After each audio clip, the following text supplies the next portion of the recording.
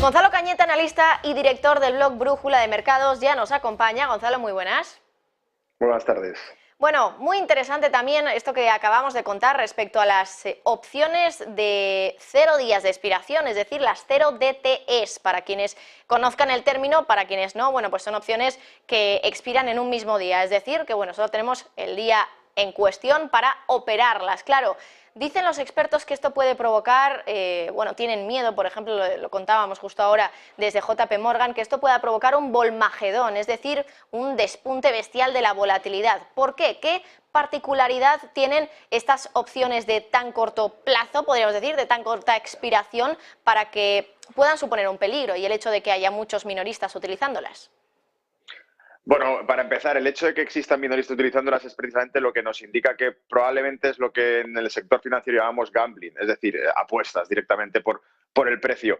El riesgo del que hablan, y ese Volmagedón, se refiere simplemente a una especie de apocalipsis de volatilidad, como usted lo ha indicado, pero que en esencia se basa en que nos ponemos a especular con que la volatilidad pueda ser determinada, estable, dentro de un rango, y que si esos rangos son rotos, pues las opciones al fin y al cabo lo que establecen son precios límite dentro de un activo y por los cuales el precio debería estar acotado en esas zonas. A partir de esas zonas, si esa estrategia de opciones es una estrategia corta en volatilidad, si esos precios se violan, significa que la volatilidad está disparando, significa que el precio está moviendo de manera exacerbada y la estrategia siguiente que se sigue para cubrir el riesgo precisamente de esas opciones que están saliéndose de los rangos establecidos de corta volatilidad es tomar posiciones de cobertura largas, cortas en volatilidad, en futuros del índice VIX. ¿Esto qué hace? Retroalimentar esto, que hace que se dispare aún más la volatilidad y, por lo tanto, las pérdidas implícitas que se está teniendo en ese tipo de opciones, que están cortas en esa volatilidad, que están asumiendo que los precios van a ser estables durante X periodo de tiempo, se empiezan a disparar.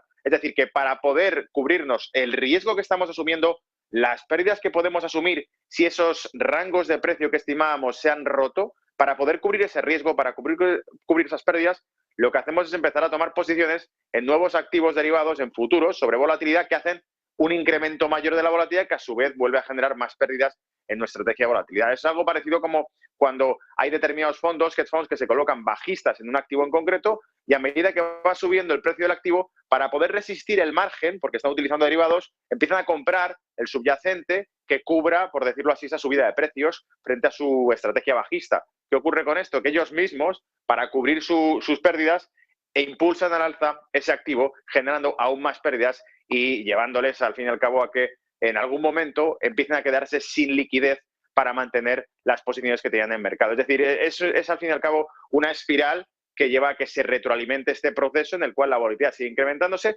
y las pérdidas potenciales de aquellos que especularon con una baja volatilidad en un rango específico se empiezan a ir de parámetros, se empiezan a entrar en ese bucle, ¿no?, de menor capitalización, descapitalización de las posiciones. Bueno, pues Gonzalo Cañete, analista y director del blog Brújula de Mercados. Vamos a tener que despedirnos ya porque sigue hablando Olaf Scholz y también dando unas declaraciones importantes, así que tenemos que seguirlos. La actualidad manda. Gonzalo, muchas gracias. Un placer, hasta luego.